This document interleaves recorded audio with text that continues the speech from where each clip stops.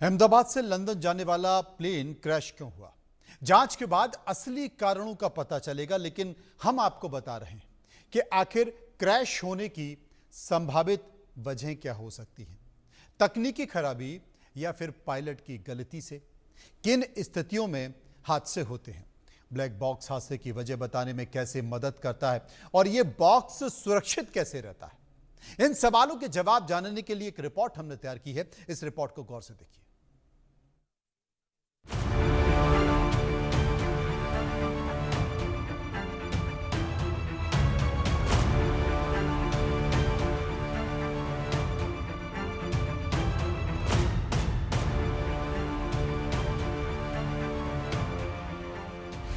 Air India का plane क्यों हुआ क्रैश? हादसे की संभावित वजहें क्या हैं? क्या प्लेन क्रैश को टाला जा सकता था? अहमदाबाद से लंदन के लिए उड़ान भरने वाले एयर इंडिया का विमान टेक ऑफ के कुछ ही देर बाद क्रैश हो गया। अभी फिलहाल असली वजह सामने नहीं आई है, लेकिन कई बिंदुओं को लेकर संभावित हादसों की वजहों पर चर्चा हो रही है।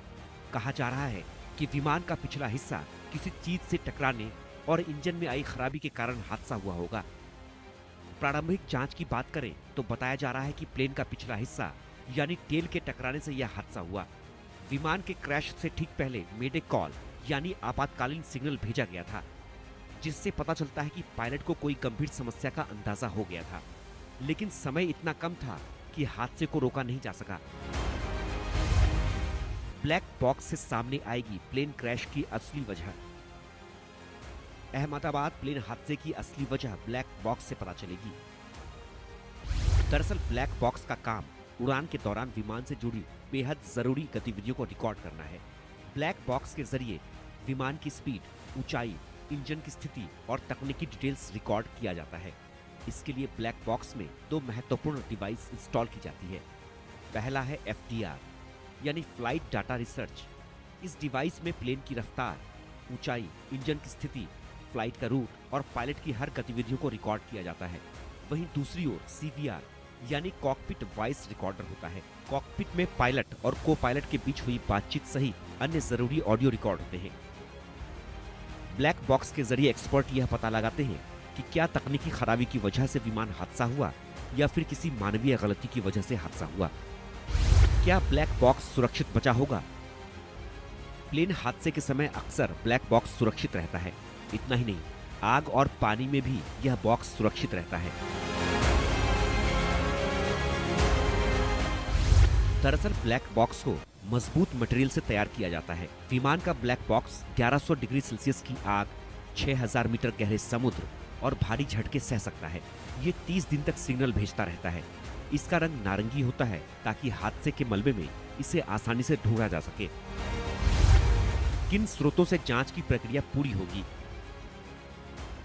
बोइंग और एयर इंडिया की टेक्निकल टीमें भी डेटा का विश्लेषण करेंगी। क्रैश साइट पर विमान के मलबे की जांच होगी। इंजन, विंग्स और अन्य पार्ट्स की फॉरेंसिक स्टडी से तकनीकी खराबी या बाहरी डैमेज का पता चलेगा। मृतकों और घायलों की पोस्टमार्टम और मेडिकल रिपोर्ट से चोटों और हादसे की तीव्रता का अंदाजा लगाया जाएगा। सरकार की हाई लेवल जांच कमेटी, जिसमें DGCA, AAIB और बोइंग के एक्सपर्ट्स शामिल होंगे, ये कमेटी सारे सबूतों को जोड़कर हादसे की वजह बताएगी। क्या हो सकती है हादसे की वजह? बोइंग 787-8 ड्रीमलाइनर में इंजन फेल्योर या कोई सिस्टम गड़बड़ी हो सकती है। CVR से पता चलेगा कि पायलट ने टेक ऑफ के दौरान कोई गलती तो नहीं की। पक्षी से टक्कर यानी बर्ड स्ट्राइक भी संभावित कारण हो सकते हैं। कुछ रिपोर्ट्स कहती हैं कि विमान एयरपोर्ट की बाउंड्री के बाहर गिरा, जिसको लेकर रनवे या टेक ऑफ प्रोसीजर की जांच होगी। हालांकि ब्लैक बॉक्स और अन्य सबूतों की जांच में कुछ हफ्ते लग सकते हैं। टेक ऑफ में प्लेन कैसे होता है क्रैश? एयर इंडिया का विमान उड़ान भरने के लिए हवाई पट्टी पर था, लेकिन टेक ऑफ करते हुए प्लेन पीछे से टकराया और ये क्रैश हो गया।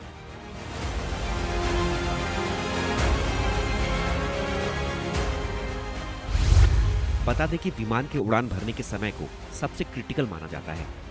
आंकड़ों के मुताबिक दुनिया में होने वाले कुल विमान दुर्घटनाओं में करीब 35% हादसे टेक ऑफ के दौरान होते हैं, जबकि उड़ान के बाकी हिस्से में यह दर बहुत कम होती है।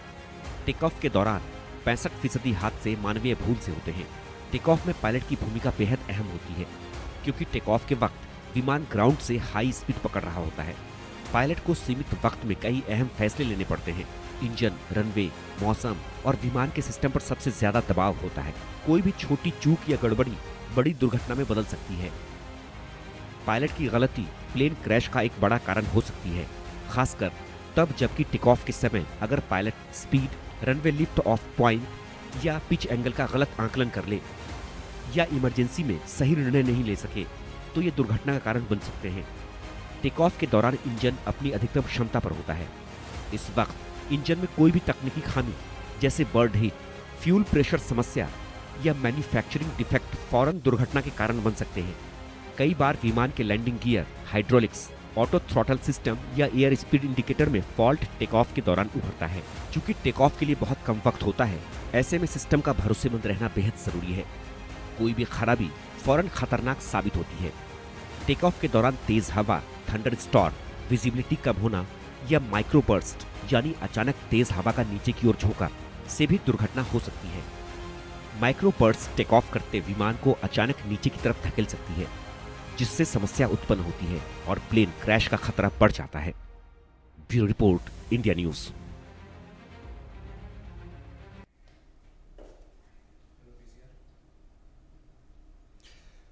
तो जैसा कि आपको देख रहे हैं और ये सीसीटीवी जो आपकी टीवी स्क्रीन पर दिखाई दे रहा है, सीसीटीवी में रिकॉर्ड हुआ कि विमान का हादसा कैसे हुआ, आप देख सकते हैं।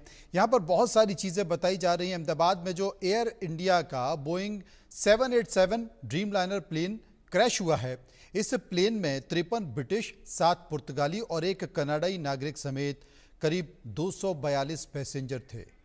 हादसे में एक ब्रिटिश पैसेंजर भी जिंदा बचा है, इस तरह की जानकारी नज़र आ रही है। लेकिन एयर इंडिया की फ़्लाइट नंबर AI 171 गुरुवार दोपहर करीब 1:38 पर अहमदाबाद के सरदार वल्लभ भाई पटेल इंटरनेशनल एयरपोर्ट पर उड़ान भरी थी। और वो आप सीसीटीवी भी देख रहे हैं। ये जो आप वीडियो देख रहे हैं, ये बाकायदा सीसीटीवी में रिकॉर्ड हुआ है, जिसमें इमरजेंसी के लिए मेडे कॉल भी की गई थी। ये आपातकालीन कॉल होती है। विमान ने करीब 625 फीट की ऊंचाई हासिल कर ली थी, लेकिन इसी के बाद 475 फीट प्रति मिनट की रफ्तार से वो नीचे भी आ गया। ये भी दिखाई दिया। संभावना क्या है? ये जो वीडियो आप देख रहे हैं, इस वीडियो के अनुसार इसमें जांच में मदद मिलेगी।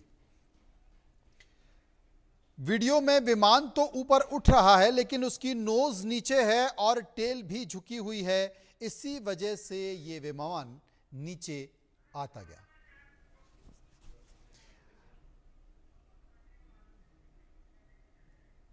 अब विस्तार से चर्चा करेंगे, समझने की कोशिश करेंगे और जानेंगे कि आखिर स्थिति क्या है। डॉक्टर वंदना सिंह, एविएशन एक्सपर्ट, इस वक्त हमारे साथ मौजूद हैं। आलोक मेहता जी, एडिटोरियल डायरेक्टर, हमारे साथ मौजूद हैं। सबसे पहले डॉक्टर